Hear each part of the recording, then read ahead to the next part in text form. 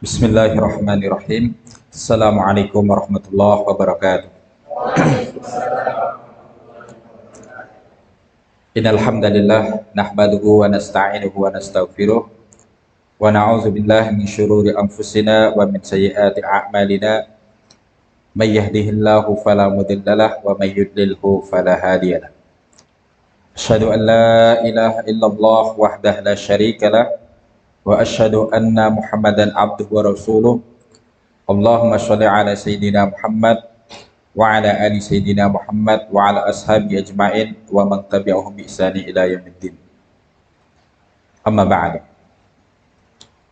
Ikhwatul iman, para ustadz dan ustadzah, saudara-saudari kaum muslimin yang dirahmati Allah Subhanahu wa taala, mari kita awali kajian talaki kita di pagi hari ini dengan memanjatkan puji dan syukur kepada Allah atas segala nikmat yang telah dilimpahkan pada kita semuanya.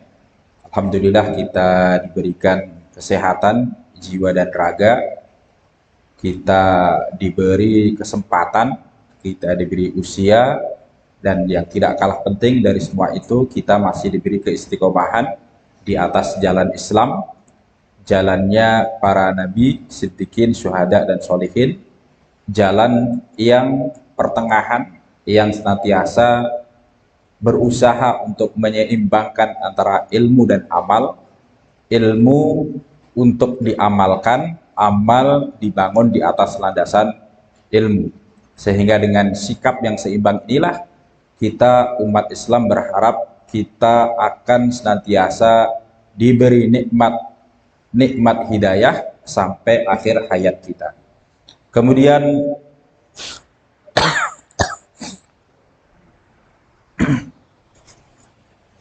salawat dan salam semoga senantiasa terlimpahkan kepada suri teladan kita semuanya, panutan kita semuanya, baginda Rasulullah Muhammad Sallallahu Alaihi Wasallam, serta keluarganya, para sahabatnya, dan seluruh umatnya yang senantiasa mengikuti ajaran beliau dengan baik hingga menjelang datangnya hari kiamat. Jamaah yang dirahmati Allah Subhanahu wa taala, tema kita di pagi hari ini insya Allah kita akan mengkaji sejarah yang pernah terjadi dan menimpa pendahulu kita.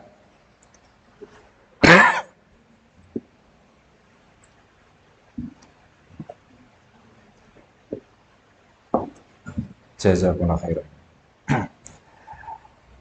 Sejarah yang pernah menimpa umat Islam, sejarah yang pernah terjadi di kalangan umat Islam. Kenapa kita mesti mengkaji sejarah? Bukankah itu sesuatu yang telah berlalu? Bukankah kita, kalau bahasa anak muda hari ini, harus bisa move on? Jangan terbayang-bayangi dengan masa lalu kita. Iya, ada kalanya memang kita penting untuk melihat ke belakang. Ada kalanya kita penting untuk mengingat masa lalu kita. Kenapa demikian? Ibaratnya kita naik motor. Ketika kita naik motor, kita ini kan pasti maju ke depan.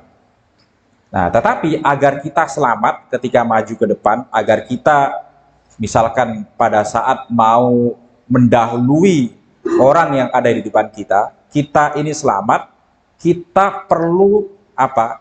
Melihat kaca spion. Nah, kaca spion ini kan nggak kita lihat terus ya, karena pada saat naik motor kita fokus ke depan. Tapi ada kalanya kita perlu melihat kaca spion. Kenapa? Karena kaca spion ini akan membantu kita untuk memberitahu apa yang ada di belakang kita. Nah, sejarah itu kurang lebih fungsinya mirip seperti kaca spion tadi, yang akan membantu kita pada saat kita ingin merancang masa depan, kita ingin merumuskan rencana-rencana untuk masa depan kita, maka kita bisa merancang dengan tepat, kita bisa melangkah dengan selamat. Ada satu ungkapan Ini memang bukan hadis, tapi ini semacam kata-kata bijak ya. Ada ungkapan begini, innal muslim atau innal mu'min idza sakata tafakkara wa idza nataqa nashaha wa idza nadhara i'tabar. Seorang mukmin itu, seorang muslim, seorang mukmin itu diamnya itu berpikir. Nah, jadi diamnya orang mukmin itu harusnya berpikir, bukan berkhayal. Kemudian ketika berbicara, orang mukmin itu bicaranya yang keluar adalah nasihat, bukan sumpah serapah, bukan caci maki, bukan tuduhan-tuduhan yang tidak ada buktinya. Wa idza nadzara i'tabar. Orang mukmin itu ketika dia melihat suatu peristiwa misalkan, atau melihat apapun yang ada di sekitar dia, maka dia akan berusaha untuk menjadikan apa yang dia lihat itu sebagai pelajaran. Nah, maka kita dalam kajian ini insya Allah kita akan melihat kembali, mengingat kembali satu peristiwa yang pernah terjadi menimpa para pendahulu kita, dengan harapan kita bisa menjadikan itu sebagai pelajaran, kita bisa menjadikan itu sebagai inspirasi untuk mengambil langkah-langkah yang tepat guna merumuskan masa depan kita.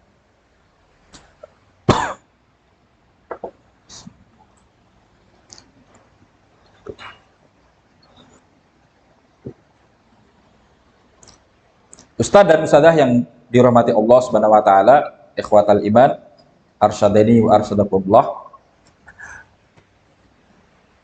Tepatnya di tahun 1095,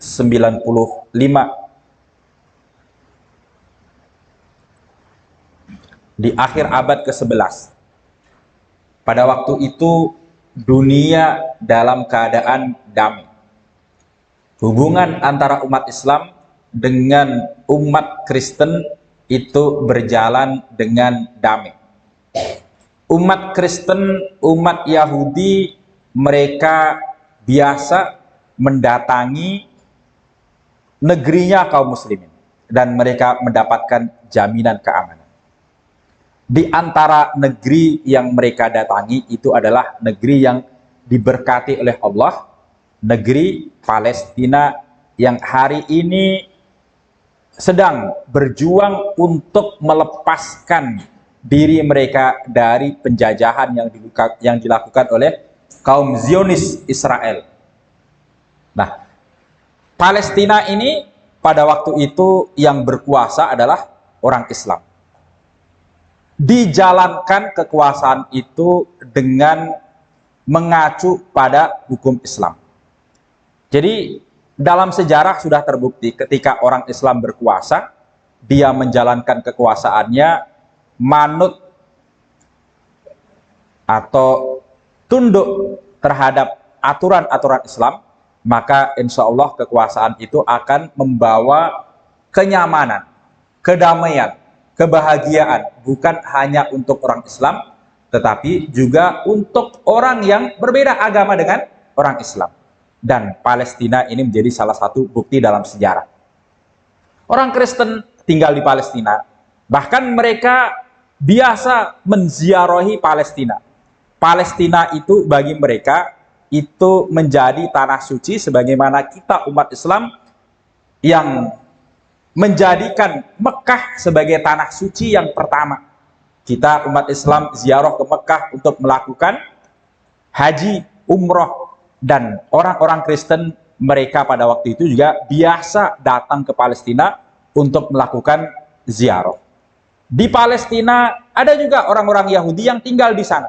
Dan mereka juga diberi perlindungan, diberi kebebasan untuk tinggal di situ.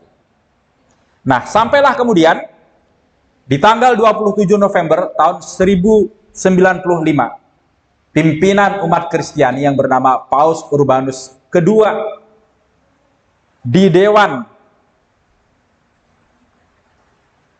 Clermont, di satu tempat yang ada di Perancis, dia sampaikan provokasinya kepada umat Kristiani.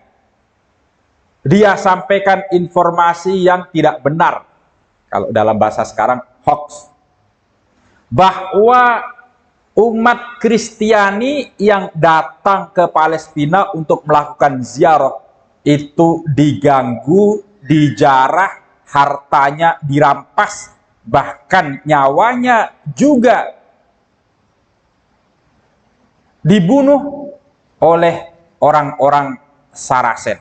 Nah, Saracen ini sebutan untuk orang-orang Islam, untuk kaum muslimin, sebutan yang diberikan oleh orang-orang Eropa pada abad pertengahan kepada kaum muslimin. Nah, dari situlah kemudian dia berhasil membangkitkan kemarahan orang-orang Eropa. Kemudian dia kumpulkan kekuatan untuk, dalam bahasa yang dia pakai, mengambil alih kembali, memerdekakan kembali tanah suci Palestina dari tangan orang-orang Saracen. Maka berangkatlah kurang lebih 100.000 pasukan salibis dari seantero wilayah yang ada di Eropa. Mereka melakukan perjalanan, berjalan kaki. Waktu yang mereka butuhkan untuk sampai di Palestina kurang lebih 2 tahun. Dalam perjalanan itu, pada saat mereka melewati satu daerah di mana penduduk daerah itu berbeda keyakinan dengan mereka. Meskipun sebenarnya satu agama, misalkan mereka lewat di daerah yang penduduknya menganut Kristen Ortodoks. Mereka jarah daerah itu. Mereka rampas, mereka ganggu keamanannya. Sampailah kemudian setelah berjalan kurang lebih 2 tahun, maka di tahun 1097 mereka sampai di Palestina. Mereka sampai di kota Al-Quds atau kota Yerusalem. Apa yang mereka lakukan? Mereka kemudian mengepung kota Yerusalem. Umat Islam yang selama itu tidak pernah punya hubungan buruk dengan orang-orang Kristiani, ketika orang Kristiani datang, mereka persilahkan, mereka kaget. Kejadian itu di luar prediksi dan persangkaan mereka.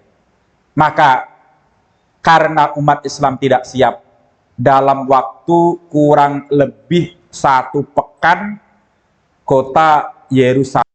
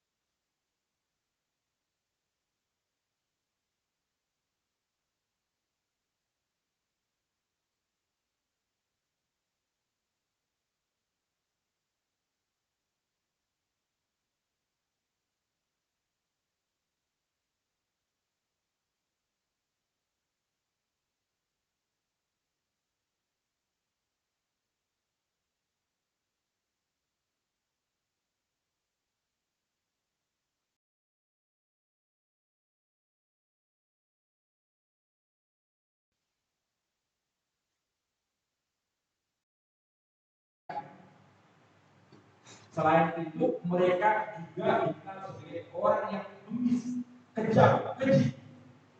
Nabi saja mereka bunuh.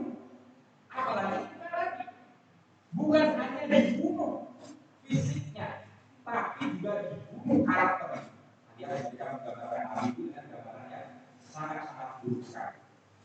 Nah, maka kalau kita lihat dalam sejarah, sebenarnya konflik yang terjadi berkepanjangan dalam sejarah itu lebih banyak terjadi antara umat Islam dengan umat Kristiani. Konflik yang terjadi antara umat Islam dengan umat Yahudi ini setelah umat Yahudi kalah dalam perang Khaybar. Mereka kemudian eksodus, mereka kemudian menyebar ke beberapa tempat. Hampir-hampir kita tidak pernah mendapatkan dalam sejarah ada konflik yang terjadi antara umat Islam dengan orang Yahudi. Bahkan dalam sejarah kita mendapat itu bukan antara orang Islam dengan orang Yahudi, itu tidak terjadi. Ketika misalnya orang Yahudi di Eropa, mereka dikejar-kejar, mereka tidak bisa merasakan kedamaian pada saat mereka tinggal di tengah-tengah umat Kristiani. Maka kemanakah mereka mencari tempat untuk tinggal, untuk berlindung? Mereka mendapatkan jaminan keamanan itu di wilayahnya umat Islam. Mereka misalkan tinggal di Andalusia. Pada saat mereka tinggal di Andalusia, mereka ini juga mendapatkan hak sebagaimana penduduk yang lainnya juga tinggal di situ. Karena ketika umat Islam berkuasa di Andalusia, penduduk Andalusia ini tidak semuanya Muslim. Ada juga orang Kristen, ada juga orang Yahudi. Tetapi umat Islam berusaha untuk menjadi penguasa yang baik. Mereka orang Kristen, mereka orang Yahudi yang tinggal di wilayah umat Islam, mereka ini adalah kafir dhimmi, orang kafir, orang yang berbeda keyakinan, yang harus diberi jaminan perlindungan, dan ini merupakan ketentuan dalam agama.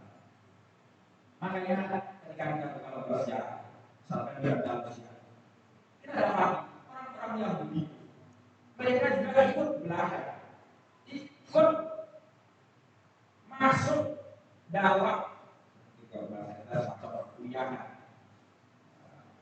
ikut belajar di sana. Ibnu Rushd misalkan, Ibnu Rushd ini salah satu ulama yang luar biasa, talenta. Beliau ahli fikih di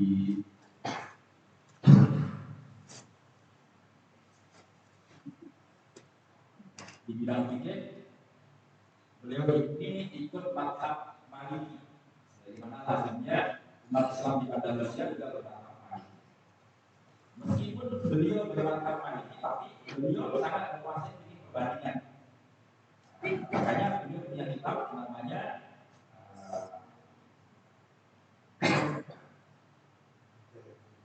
Bidayatul Mujtahid.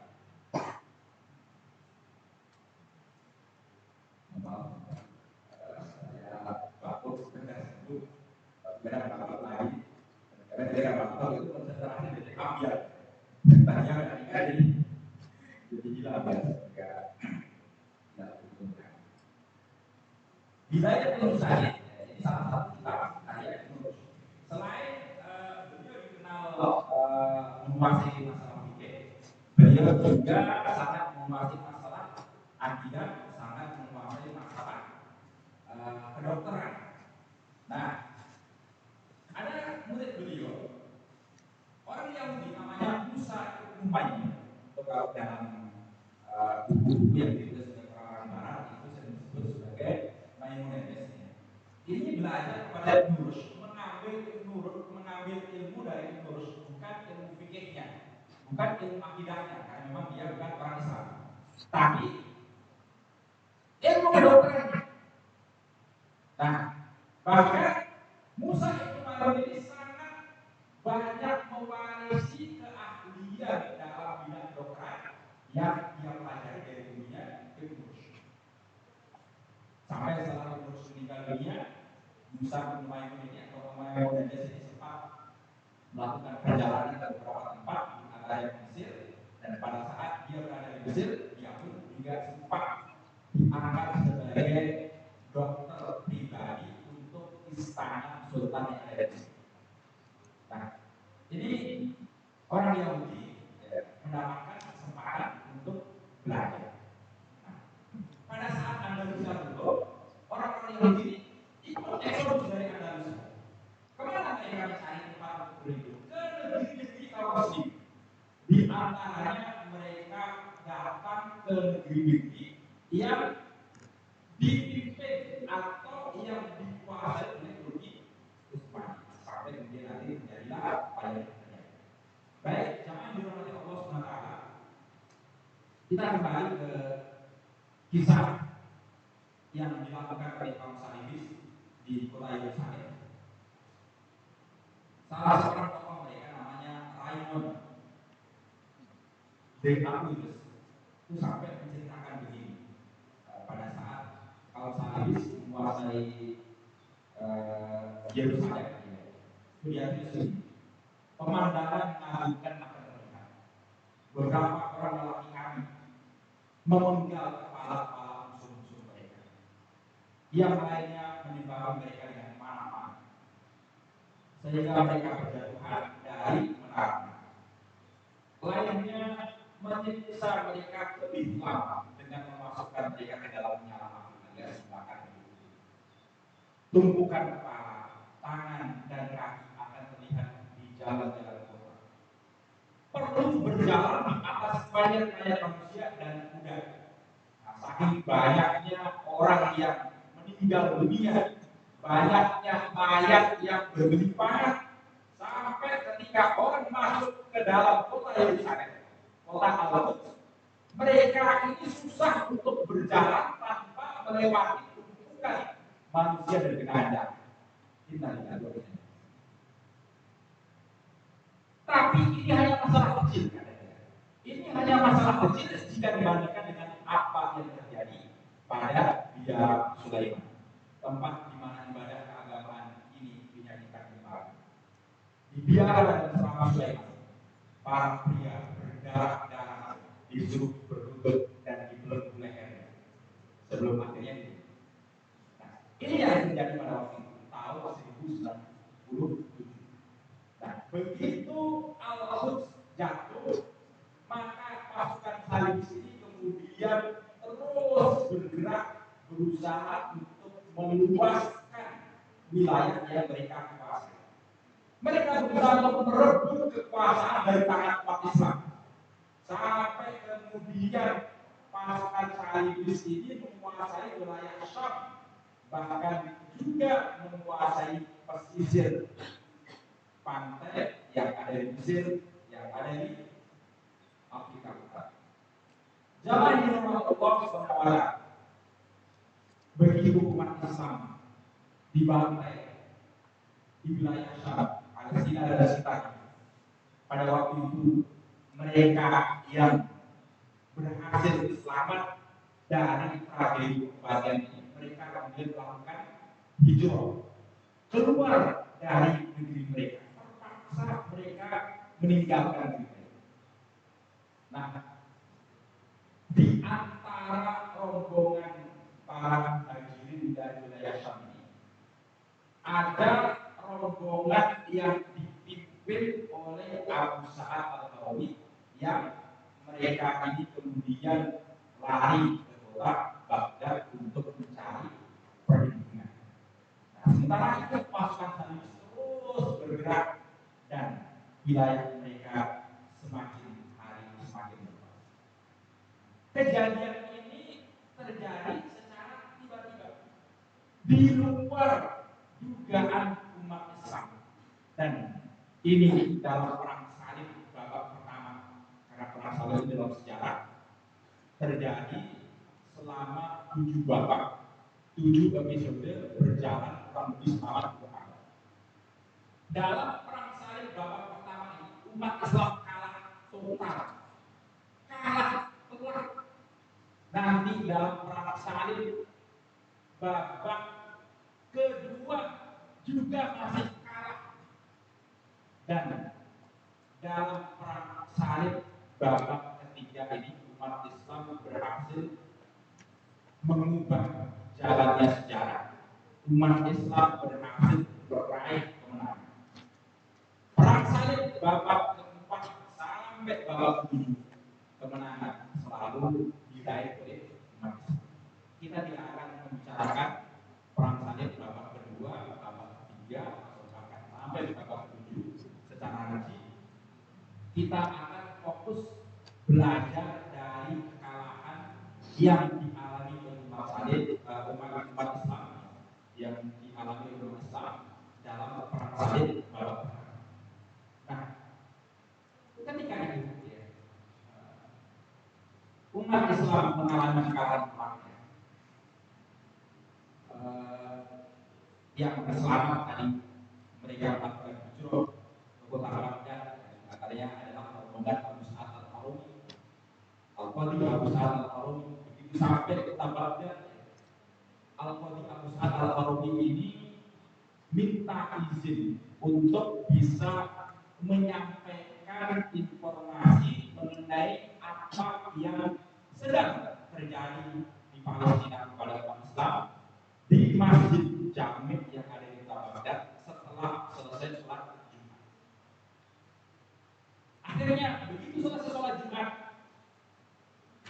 Al-Qadi Abu Sa'ad al-Harumi naik ke atas mimbar di hadapan umat Islam yang ada di Masjid Jami'. Dia sampaikan mengenai tragedi serangan pasukan salibis terhadap umat Islam yang ada di Palestina. Dia juga sampaikan mengenai tragedi pembantaian umat Islam yang dilakukan oleh orang-orang salibis.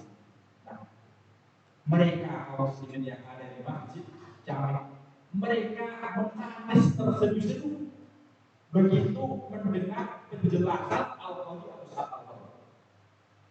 Tetapi begitu selesai mereka menangis, Abu Sa'ad al-Harumi melanjutkan ceramahnya. Beliau meminta kepada umat Islam di Baghdad, di Irak, agar mau bergerak, agar mau membantu umat Islam yang ada di Palestina. Berangkat ke Palestina, berangkat ke Syam untuk membantu umat Islam yang ada di Palestina. Tapi mereka semuanya ketika dimintai bantuan apapun, mereka semuanya diam. Pada akhirnya mati selesai. Nah, ini seperti mak-mak yang menganggap sinetron. Soal di sini ada ya. Saya yakin di Jogja kan ada sinetron. Ya sebenarnya sampaikan. Kalau ada, bisa jadi saya diprotes. Jangan dilakukan Allah. Di Masjid Jami' tidak berhasil mendapatkan bantuan dari umat Islam. Maka kemudian Al-Qadi Abu Sa'ad al-Harumi ini berangkat ke istana, ketemu dengan pemimpin umat Islam, ketemu dengan khalifah yang berkuasa pada waktu itu, dengan membawa karung yang berisi tengkorak wanita dan anak-anak, bahkan rambutnya pun sebagian masih ada. Jangan tanya ke saya itu secara fikih hukumnya bagaimana ya. Kita tidak sedang mengkaji masalah fikih. Beliau bawa rombongannya Al-Qadi Abu Sa'ad bawa oleh-oleh untuk khalifah itu dengan harapan agar orang-orang yang ada di istana itu hatinya tertutup. Beliau begitu datang di istana, beliau minta izin untuk menyampaikan informasi mengenai serangan pasukan salibis terhadap umat Islam di Indonesia. Beliau sampaikan, beliau ceritakan sebagaimana yang pernah beliau ceritakan di Masjid Jami'. Begitu selesai beliau berbicara, apa kata beliau? Jangan ganggu aku. Aku punya urusan yang lebih penting daripada berita yang kau sampaikan kepada saya. Jadi urusan kaum muslimin itu dianggap kurang penting dibandingkan dengan urusan yang dimiliki oleh khalifah. Emang apa urusannya khalifah? Kata khalifah, sudah 3 hari ini si Balto belum berbalik ke saya. Tidak pulang ke kadannya dan aku masih terus menunggu. Ini pemimpin pada waktu itu. Jadi memang waktu itu sedang tren judi dengan cara sabung burung merpati. Tempat kita kampung barangkali masih ada judi dengan cara sabung ayam. Nah, dikira waktu itu yang sedang tren itu adalah judi dengan cara sabung burung merpati. Dan burung merpatinya Fatimah, namanya Balok, ini adalah burung merpati yang selalu menang ketika judi. Makanya pada saat burung merpatinya pulang, dicari-cari. Jangan dilupakan Allah Ta'ala. Kalau kita ditakdirkan hidup di zaman itu, kira-kira apa yang kita lakukan? Keluarga kita diserang, keluarga kita dibantai, habis kampung kita dihapus. Kita selamat, kita lari, kita mendatangi saudara-saudara kita Islam dengan harapan mereka membantu. Kita sampaikan informasi mengenai apa yang menimpa negeri kita, mereka menangis.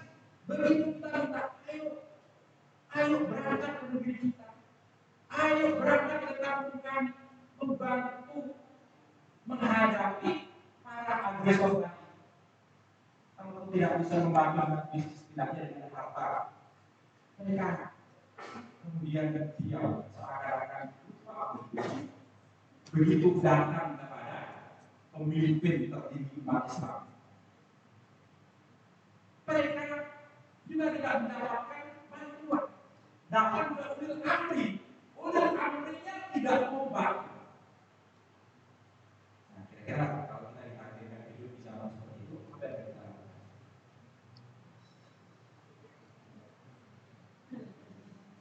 Mungkin diam saja, pasukan Salib terus bergerak. Kalau dia mau bergerak, nggak ada yang bantu kita. Terus geraknya gimana? Sekian tahun lalu saya pernah menyampaikan temanya sama di hadapan para mahasiswa yang sedang melakukan iktikaf di kampung halaman saya di Purworejo ya. Malam itu kita acara iktikaf, saya minta untuk mengisi kegiatan iktikaf. Saya sampaikan tema ini.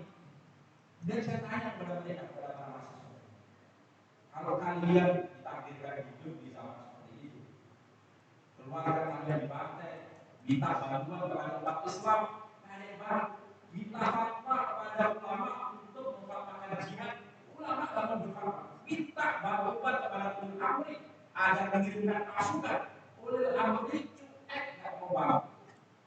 Kira-kira apa yang kalian lakukan? Kemudian DPR nggak pakai lama, nggak pakai mikir lama. Ada salah seorang mahasiswa, seorang pemuda yang semangatnya luar biasa. Jadi kita akan demo. Saya tersenyum. Saya sampaikan dia akhir, aku mau demo siapa? Pada waktu itu rombongan umat Islam yang dipimpin oleh seorang ulama terkenal namanya Al-Qadhi itu sudah diterima oleh ulil amri, nggak pakai demo, sudah ketemu, sudah menyampaikan aspirasinya, tapi apa yang terjadi? Dikabulkan. Jadi kalau aku mau demo siapa? Semangatnya luar biasa, semangat yang luar biasa ini perlu untuk mendapatkan arahan. Jadi kita tidak perlu untuk menggembosi semangatnya sudah bagus. Nah, tinggal kita arahkan. Nah, di saat itu ya,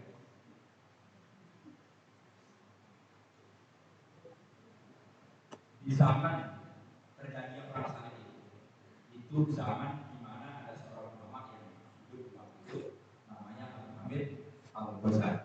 Imam Al-Ghazali, nama ini sangat populer di kalangan Islam yang ada di negeri kita. Beberapa orang namanya juga Al-Ghazali. Bahkan ada lembaga pendidikan namanya juga Madrasah Al-Ghazali di sana, menunjukkan bahwa figur Imam Al-Ghazali ini adalah figur yang sangat dikenal. Nah, ada satu buku yang cukup bagus. Ini karyanya Dr. Majid Al-Kilani.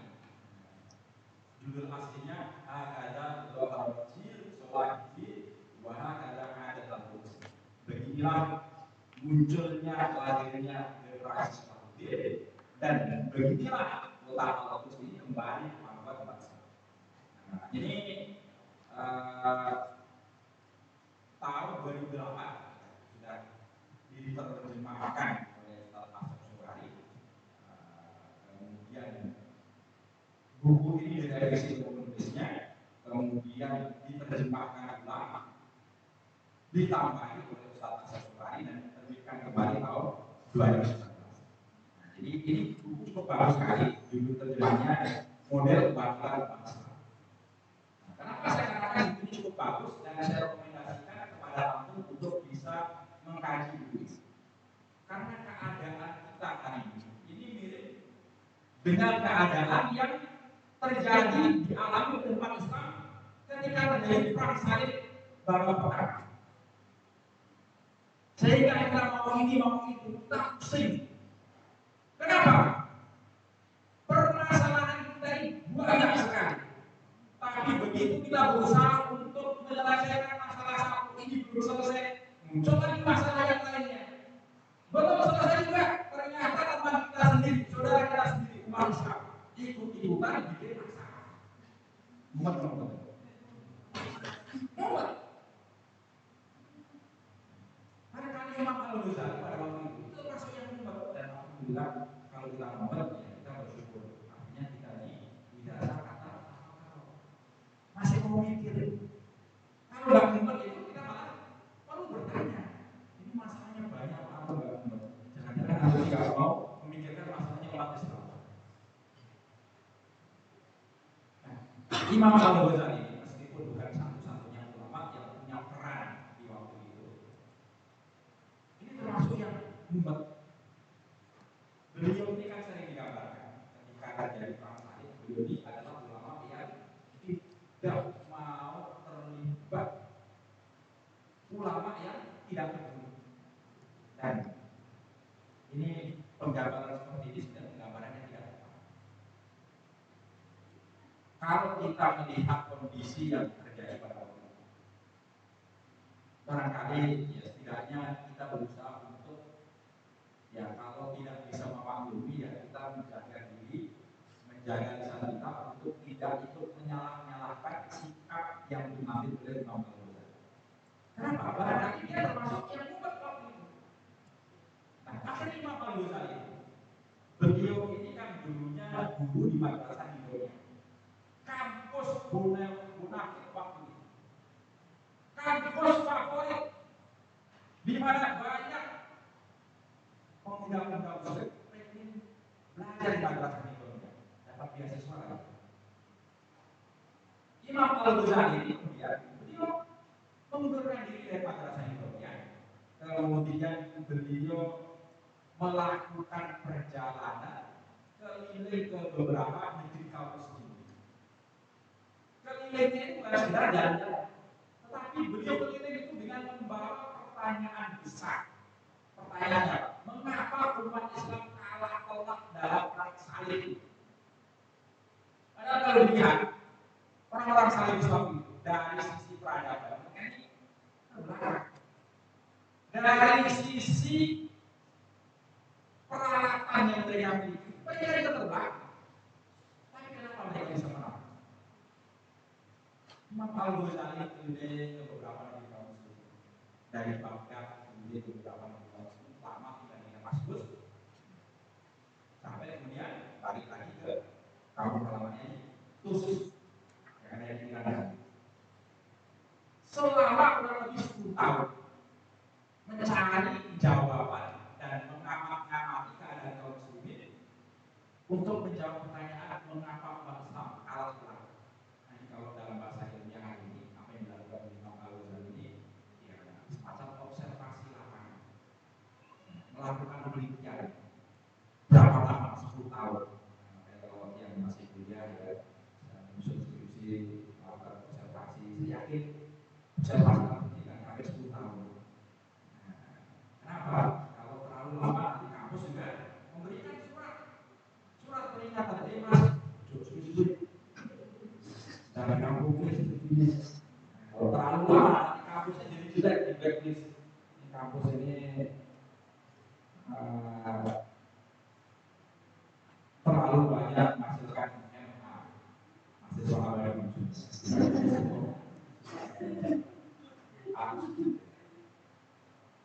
Nah, jangan dilakukan setelah melakukan perjalanan untuk mengamati keadaan Daud.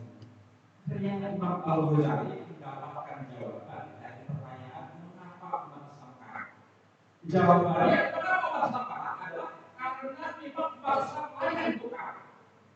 Bukan karena musuh yang hebat, bukan karena musuh yang canggih, bukan karena musuh yang mereka lebih maju daripada bangsa. Bukan. Tapi umat Islam kalah karena memang mereka layak untuk kalah. Nah, dari sini muncul pertanyaan baru. Kenapa umat Islam layak untuk kalah? Di buku inilah kemudian dijelaskan diriwayatkan oleh Dr. Majid Rizal Al-Ghani mengapa umat Islam itu layak untuk kalah. Dan keadaan yang dijelaskan oleh Dr. Majid Rizal Al-Ghani yang sebenarnya itu keadaan di zamannya Imam Al-Ghazali itu juga mirip-mirip dengan keadaan yang terjadi di zaman kita. Apa yang menyebabkan umat Islam layak untuk kalah? Ada beberapa. Pertama, umat Islam itu layak untuk kalah karena umat Islam mengalami krisis ilmu dan perselisihan antar mazhab. Nah, di zamannya Imam Al-Ghazali sudah saya sampaikan ya, salah satu sekolah yang favorit itu adalah madrasah Indonesia. Madrasah pada waktu itu sebutan untuk perguruan tinggi. Nah, jadi kalau sekarang madrasah itu malah bukan perguruan tinggi. Kita buat misalkan lembaga pendidikan sehingga perguruan tinggi kita beri nama madrasah, saya yakin itu nanti orang nggak tahu. Kenapa? Orang kan bertanya, ini madrasah ibtidaiyah, madrasah tarbiyah atau madrasah aliyah? Ada perguruan tinggi yang namanya madrasah. Nah, di madrasah Indonesia ini orang datang ke sana itu dapatkan fasilitas biasanya beasiswa. Nah, tetapi di zaman itu tidak sedikit yang datang ke madrasah Indonesia ini salah orientasi, alias salah niat. Dan ini menunjukkan krisis ilmu yang terjadi. Niatnya apa? Niatnya nanti ketika lulus dari madrasah Indonesia kan bisa menjadi fakih, ahli fikih. Nanti kalau menjadi fakih, menjadi ulama, ada kemungkinan menjadi qadhi. Kalau kemungkinan menjadi qadhi diangkat oleh pemerintah, nanti dekat dengan pemerintah. Kalau dekat dengan pemerintah bisa mendapatkan fasilitas-fasilitas duniawi yang sangat menyenangkan. Biasa saja. Nah, sekarang ini kan banyak juga ya, sudah semuanya ya. Belajar, kuliah, ditanya apa kuliah di sini? Ya, ini kan jurusannya kan jurusan ya. Nanti ya ketika lulus saya berharap bisa kerja di sini, di situ dan sebagainya. Kemudian juga yang terjadi di madrasah Indonesia waktu itu. Madrasah Indonesia ini kan madrasah yang di situ ada kelas mazhab Syafi'i, kelas yang paling besar. Dan karena tempatnya di Baghdad waktu itu adalah pusatnya para pengikut mazhab Hambali. Ada madrasah Indonesia ada madrasah Indonesia yang Sabur, ada madrasah Indonesia di beberapa tempat yang lain, tapi pusatnya ada di Baghdad. Jadi madrasah Indonesia Baghdad selain kelas mazhab Syafi'i itu ada kelas mazhab Hambali. Dan dua kelas ini sering tidak akur, sering melakukan boykot-boykotan. Bahkan bukan hanya ini, madrasah Indonesia di Baghdad dan sekitarnya waktu itu antara jamannya mazhab Syafi'i dengan zamannya mazhab Hambali itu biasa atau sering ya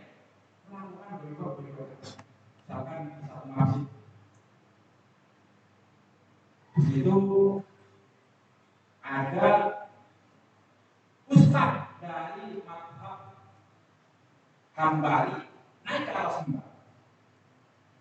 Ternyata zamannya Syafi'i, kemudian Syafi'i turun ke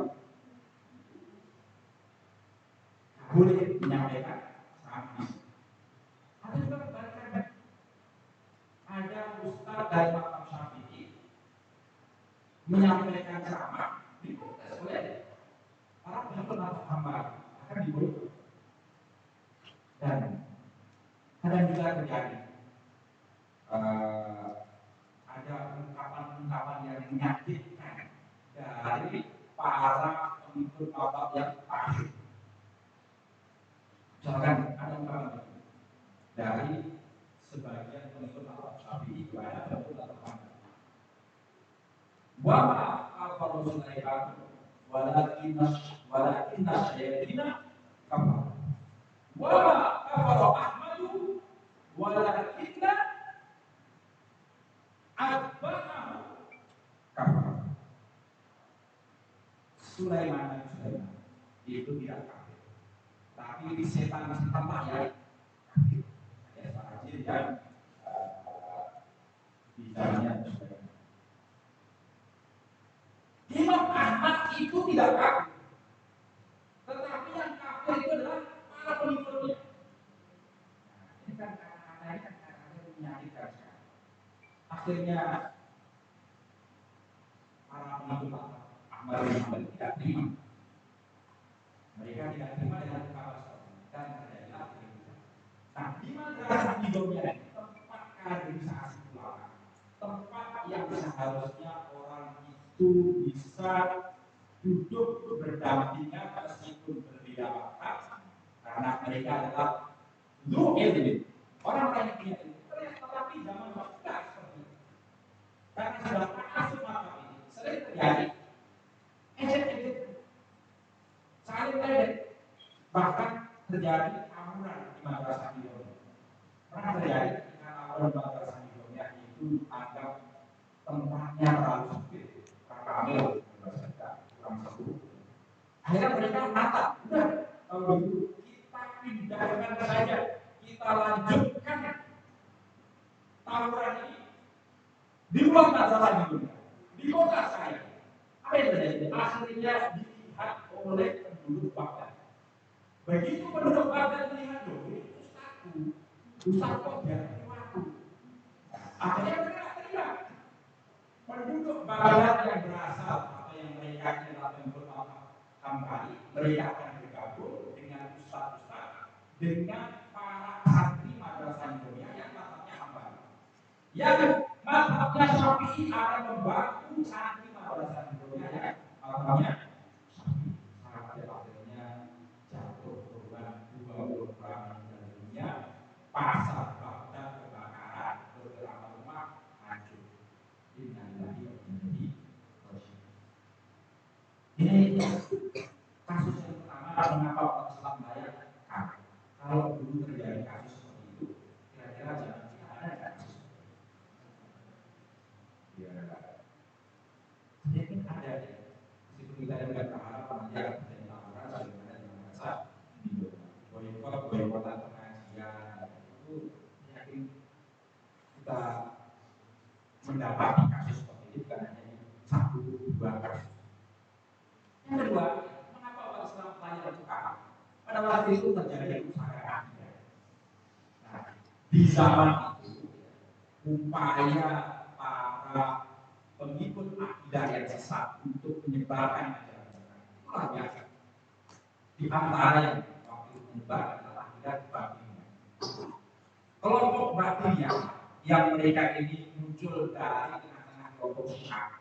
Selain mereka ini punya akidah yang sesat, mereka ini juga dikenal militan. Makanya pada waktu itu Imam Al-Ghazali itu sampai kita namanya Fadhail al-Batiniyah. Borok-borok batiniyah. Batiniyah itu kan satu kelompok yang menganggap bahwa ajaran Islam itu ada ajaran kulit, ada ajaran inti. Nah, sholat, puasa, zakat itu kulit. Itu ajaran yang diamalkan oleh orang awam saja. kalau intinya itu ajaran yang hanya dimengerti oleh orang-orang khusus dan orang-orang cerdas. Siapa orang-orang khusus dan orang-orang cerdas? Ya, kalau mereka siapa aja kalau bukan mereka. Makanya mereka nggak mau sholat, nggak mau zakat, nggak mau melakukan syariat Islam. Karena dalam pandangan mereka itu ajaran kulit. Sedangkan kami ini kan orang khusus. Kami nggak butuh ajaran itu. Mereka juga punya meditasi yang luar biasa. Orang-orang batinnya ini tidak jarang mereka ini berusaha untuk menyingkirkan lawan-lawan mereka dengan cara yang melakukan diam, membunuh, tetapi dengan cara menculik, membunuh dengan cara diam-diam, termasuk yang menjadi korban dari kejahatan aliran batinnya adalah perdana dari Nizam Muluk yang memberikan asal. Kemudian yang ketiga, di antara sebab mengapa umat Islam raya itu kalah adalah kehancuran ekonomi. Di zaman itu terjadi pasir yang luar biasa. Kemarau begitu panjang, kemudian bahan-bahan makanan karena panennya susah didapat. Kalaupun ada, harganya mahal sekali. Di buku ini saya diceritakan di Mesir, di Irak, paceklik Irlanda, di Syam juga sama. Kemudian di Mesir itu sampai ada kejadian begini, saking sulitnya dan mahalnya makanan, harga satu butir telur ayam itu sama dengan harga rumah. Ya walaupun orang makan ayam itu kurang kaya. Alhamdulillah ya sekarang kita ini bisa makan telur ayam dengan mudah tanpa menjual rumah. Kalau menjual rumah sampai menjadi kelaparan. Di Mesir itu sampai ada kejahatan ini. Orang-orang sudah yang tempat mereka ini kalau dikatakan di bawah Mesir. Jadi mereka menyangka kalau mereka ke Mesir mereka bisa mendapatkan bahan makanan, bisa mendapatkan makanan. Akhirnya mereka kalau datang ke Mesir, begitu sampai di Mesir ternyata keadaannya nggak jauh berbeda dengan apa yang mereka lakukan.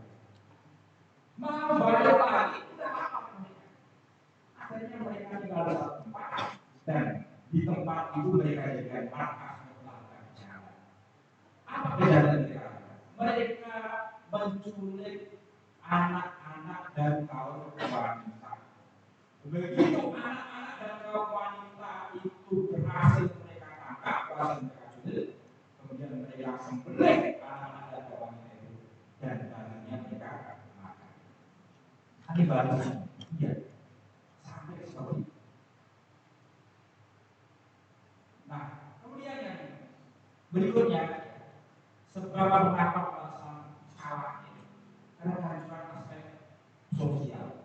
Jadi pada waktu itu yang miskin dengan yang kaya itu jaraknya jauh sekali. Yang kaya itu adalah para penguasa. Itu gaya hidupnya luar biasa. Ada misalkan penguasa itu yang nggak mau makan kalau wadah makanannya, piringnya, gelasnya, sendoknya tidak terbuat dari emas. Saya yakin kita juga pernah melihat sendok emas. Kalau emas yang makan pakai sendok, tapi sendok emas, piring emas, kita nggak pernah melihat. Boro-boro piring emas diberikan suami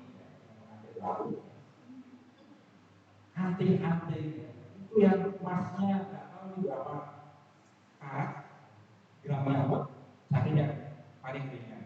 Alhamdulillah ya masih ada. Jadi sampai seperti itu. Nah, kemudian kehancuran dan perpecahan politik itu menjadi sebab juga kenapa umat Islam kalah. Umat Islam waktu itu kalah penguasanya. Ini saling berusaha untuk menjaga antara satu dengan lain. Pasukan salib sudah ada di depan mata. Tetapi mereka tidak sadar, mereka bahkan menutup mata mereka. Mereka masih saja berusaha untuk menjegal antara satu dengan yang lain, melebarkan kekuasaan. Nah, jangan dirahmati Allah Subhanahu wa taala. Sedikit ya, menunjukkan. Nah, maka ya memang tantangan yang ada pada waktu itu luar biasa. Tantangan yang berasal dari luar kaum muslimin dan tantangan yang datang dari dalam kaum muslimin. Untuk bisa menyelesaikan menghadapi tantangan yang berasal dari luar kaum muslimin atau tantangan ekstern, maka apa yang dilakukan oleh Imam Al-Ghazali memperbaiki masalah yang dimiliki oleh kaum muslimin, menyelesaikan tantangan yang datang dari dalam kaum muslimin. Karena itu setelah 10 tahun beliau melakukan namanya al-istihab wal audah, menarik diri. Setelah itu beliau audah kembali ke masyarakat untuk melakukan islah, perbaikan. Apa yang beliau lakukan? Beliau kemudian mendirikan madrasah di kampung halamannya di Kudus. Madrasah ini beliau dirikan dengan tujuan pertama untuk mengkader ulama dan murabi. Karena dalam peradaban apapun yang namanya intelektual, yang namanya pendidik murabi ini menjadi kunci penting bagi bangkit dan majunya satu peradaban. Ini yang beliau lakukan di madrasah yang beliau bangun di kampung halaman. Yang kedua, beliau mendirikan madrasah itu tujuannya adalah untuk menyiapkan para pemimpin Islam, para pemimpin Muslim yang mau memperjuangkan aspirasi umat Islam dan memperjuangkan agama. Jadi selain ulama, selain murabi, maka yang penting juga untuk disiapkan itu adalah pemimpin. Nah, dari madrasah yang dibangun oleh Imam Al-Ghazali ini kemudian muncullah jaringan madrasah yang lain. Nah, biasanya lulusan dari madrasah itu ketika sudah selesai pulang kampung, mereka akan mendirikan madrasah cabang. Nah, selain madrasah Al-Ghazali, ada juga madrasah Al-Jailani yang didirikan oleh Abdul Qadir Al-Jailani di Baghdad. Nah, dari dua madrasah ini kemudian muncul jaringan madrasah. Kita di Dewan Dakwahnya kita sudah punya beberapa pesantren, beberapa lembaga pendidikan. Nah, pesantren ini ya, semestinya dikelola dengan baik dengan pesantren itu.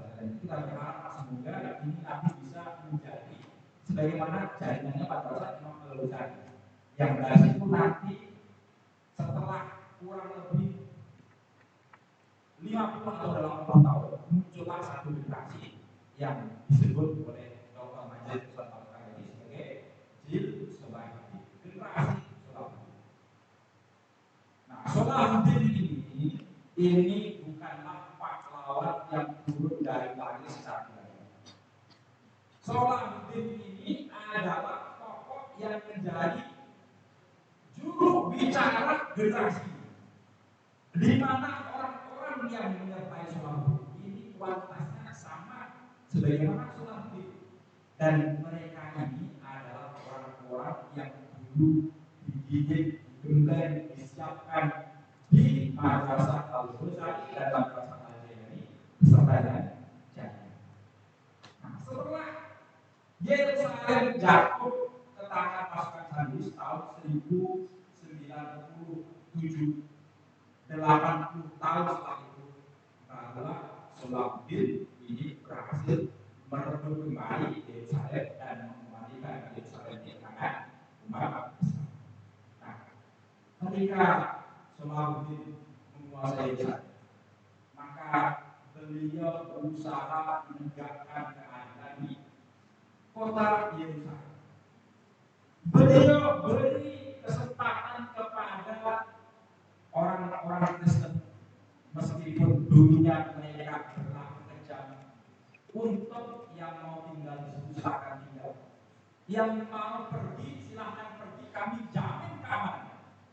Bahkan ada kasus para pemimpin mereka, pemimpin umat Kristen, tokoh-tokoh agama mereka, karena mereka ini ketakutan, jangan-jangan nanti umat Islam akan melakukan balas dendam, sebagaimana dulu leluhur mereka melakukan kejahatan kepada umat Islam.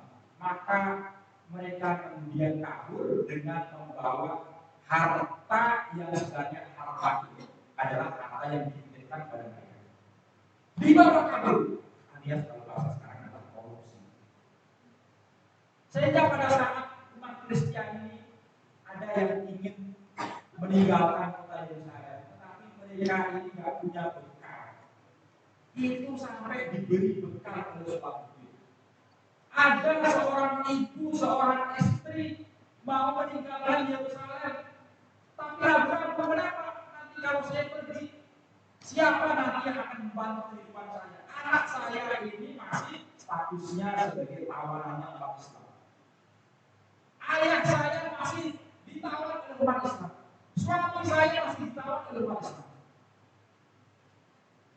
Oleh sebab itu, wanita-wanita yang terpisah dari keluarganya, dari laki-laki yang mampu memberi jaminan untuk kehidupannya, suaminya, anaknya, bapaknya ini sampai dibebaskan. Subhanallah, biasa ini adalah pemimpin yang patut untuk kita pelajari. Inilah ketika umat Islam berkuasa. Tapi hari ini kita lihat ya, Palestina negeri yang bersejarah, negeri yang diberkati, hari ini beberapa tahun belakangan kembali dipuji oleh Allah Subhanahu wa Ta'ala. Kalau dulu yang menjajah Palestina ini adalah pasukan Salib, sekarang yang menjajah Palestina adalah pasukan Zionis. Kita sebagai umat Islam tentu kita tidak akan bersikap sebagaimana sikapnya penduduk Baghdad pada saat didatangi oleh Al-Qaeda Al-Zawahir. Hanya bisa menangis ketika diminta partisipasi. Kita tidak akan bersikap seperti itu. Kita umat Islam Indonesia, kita umat Islam yang ada di negeri ini, kita mesti punya sikap yang jelas. Kita mesti memberikan pembelaan terhadap hasil saudara-saudara kita umat Islam. Barangkali ada sebagian kita yang bertanya, bahwa apa kita membela orang Palestina? Mereka ini kan rumahnya jauh, mereka tinggal jauh di negeri kita sendiri di Indonesia. Masih banyak orang yang perlu kita bantu. Nah, pada orang seperti ini kita sampaikan, itu yang kita tahu. Kita ini bantu juga kepada orang lain di sini. Umat Islam dalam masalah membantu saudara-saudara kita yang mereka memang layak untuk dibantu, tidak perlu dilakukan oleh pemerintah. Sudah terbukti pada saat ada keringan air umat Islam keringan. Ketika terjadi musibah bencana alam, kita umat Islam juga datang. Jadi kita harus membantu itu. Selama kita punya kemampuan, kita tidak beda-bedakan ini dekat, ini jauh. Semuanya kita bantu. Apalagi ada Palestina. Palestina ini punya kedudukan istimewa dalam hati kita umat Islam. Mengapa kita mesti membantu Palestina? Pertama, karena kita ini orang beriman. Ini alasan pertama dan paling pertama. Sebagai orang beriman, kita sudah diseru oleh Allah. Kita sudah diingatkan oleh Allah dalam Al-Quran. Allah sampaikan, orang-orang beriman itu bersaudara.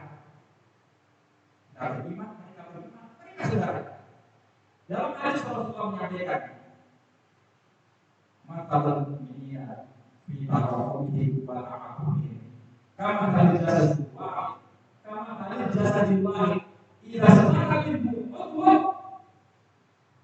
tada'alahu sakul jasad bisa itu. Permisalan orang mukmin itu dalam hal saling menyayangi, saling membantu, solidaritas, saling simpati, itu sebagaimana satu tubuh yang tidak terpisahkan dalam dunia. Kita lihat Ina sangat betul. Kalau ada satu bagian tubuh kita yang sakit, misalkan kita kita lagi jalan enak-enak, kemudian misal saja semoga kita terjadi dan kita perlu praktekkan. Kita jalan enak-enak, kemudian kita injak berlin. Jadi jalannya nggak pakai sandal. Apa yang terjadi? Berdarah kita. Begitu kita injak berlin, meskipun sebelumnya jalannya tegak, saya yakin jalan kita jadi pincang. Jangan kan injak berlin, injak telek saja. Saya yakin jalan kita jadi pincang, apalagi injak berlin. Dan apa yang terjadi? Mulut kita secara aduh. Dan barangkali setelah itu bagian kaki kita yang atas paha kita jadi jauh, malamnya kita jadi apa? Demam, susah. Nah, ini hadis yang sangat bagus sekali, membuat menjelaskan kepada kita yang membuat kita sadar bahwa umat Islam itu sebagaimana satu tubuh. Kalau saudara kita menderita, maka tidak layak kemudian kita tidak memikirkan penderitaan mereka. Saudara kita senang, kita ikut senang. Saudara kita gembira, kita ikut gembira. Saudara kita bahagia, kita ikut bahagia. Tapi kepada saudara kita sendiri, saudara kita dipuji oleh Allah dengan penderitaan, maka apakah kita tidak menaruh peduli? Pertama, ini alasan mengapa kita mesti membela Palestina, karena kita ini pernah rumit. Yang kedua, karena Palestina yang berada di bumi Syam ini merupakan negeri yang diberkati, negeri di mana Allah pernah mengutus banyak nabi dan rasul, negerinya para anbiya, negeri yang pernah menjadi tempat Nabi Muhammad melakukan Isra ke Masjidil Aqsa, negeri di mana umat Islam pernah diperintahkan untuk sholat kiblatnya menghadap ke sana sebelum kemudian kiblat itu dialihkan ke Mekah. Dan ini istimewa dalam Al-Quran Allah sampaikan dalam surah Al-Isra ayat pertama, Subhanalladzi asra bi 'abdihi lailan minal masjidil haram ilal masjidil aqsa. Minal masjidil aqsa alladzi barakna haulahu. Masjidil Aqsa yang ada di kota Al-Quds yang saat ini sedang dijajah oleh orang-orang Zionis di sana, ini menjadi kewajiban bagi kita untuk membelanya. Agar apa? Agar kita ini kecipratan berkahnya setidaknya. Kalau kita tidak bisa ke sana, setidaknya kita ini membela dengan berupaya membantu agar segala mengumpulkan dana, berdoa, menyuarakan pembelaan kepada Palestina. Kemudian alasan ketiga mengapa kita mesti membela Palestina, karena kita ini manusia normal, manusia waras. Jadi yang membela Palestina ini bukan hanya orang Islam saja. Di Palestina ini ada sekelompok orang yang mereka ini dikenal sebagai Yahudi ortodoks. Jadi Yahudi ini macam-macam, dan di kalangan mereka tidak semuanya mereka setuju dengan apa yang dilakukan oleh Israel. Israel ini salah satu bagian daripada Yahudi. Namanya Yahudi Zionis. Yahudi yang sebenarnya sekuler. Mereka kalau dalilnya itu mereka gunakan untuk kepentingan nafsu mereka. Dan banyak orang-orang Yahudi yang mereka ini tidak setuju dengan apa yang dilakukan oleh orang-orang Zionis. Makanya berkali-kali bisa dicari berita. Kita dapat berita. Ada orang-orang Yahudi itu membawa bendera Palestina dan mereka berdemo di hadapan tentara-tentara Israel. Ini menunjukkan bahwa untuk membela Palestina, kalaupun orang itu dia berbeda agama kita, selama dia itu manusia normal, maka cukuplah alasan itu jadi alasan untuk membela. Apalagi dari manusia waras yang berasal dari negeri yang bernama Indonesia.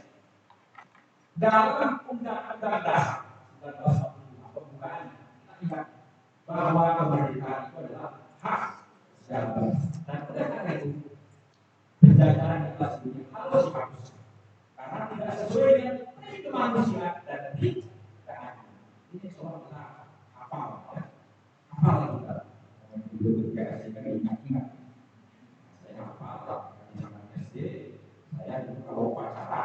Biasanya petugas untuk membacakan Undang-Undang Dasar 1945. Negeri kita Indonesia itu adalah negeri yang secara tegas dalam undang-undangnya menyatakan anti kepada penjajahan. Kemudian alasan berikutnya, mengapa kita perlu membela Palestina? Karena kita umat Islam yang ada di sini, kita akan berhutang budi terhadap umat Islam yang ada di Palestina.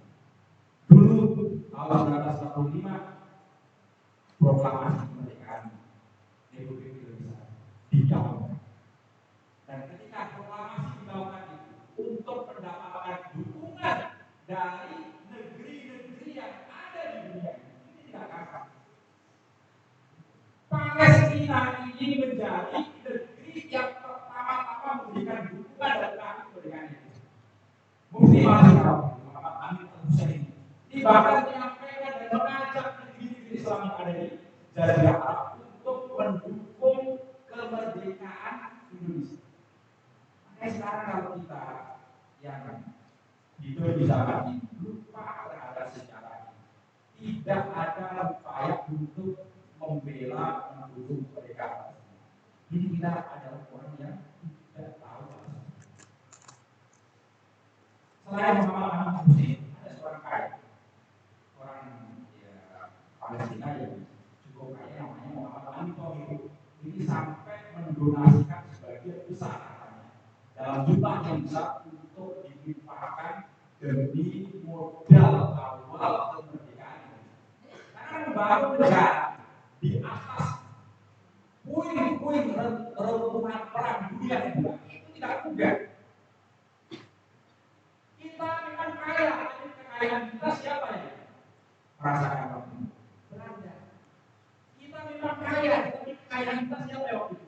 Dibawa oleh Jepang untuk keperluan perang dunia kedua. Jadi ketika kita merdeka, kita ini sebenarnya bawa belum juga. Makanya untuk bangkit itu mudah. Di antara yang memberikan modal itu adalah Muhammad Amin Thohir, orang kaya dari Malaysia. Presiden pertama Pak Soekarno itu pernah menyampaikan bahwa selama Israel masih melakukan penjajahan terhadap Palestina, maka selama itu pula Indonesia akan berdiri tegak untuk menentang penjajahan Israel. Ini pesan Presiden pertama. Kita mesti mengingatkan pesan ini, dan kalau kita membela Palestina berarti kita ini komitmen terhadap apa yang sudah diperjuangkan oleh para pendiri. Barangkali tidak sampaikan, sehingga dari saya sampaikan ini sudah semuanya. Aku coba berkata, Assalamualaikum warahmatullahi wabarakatuh.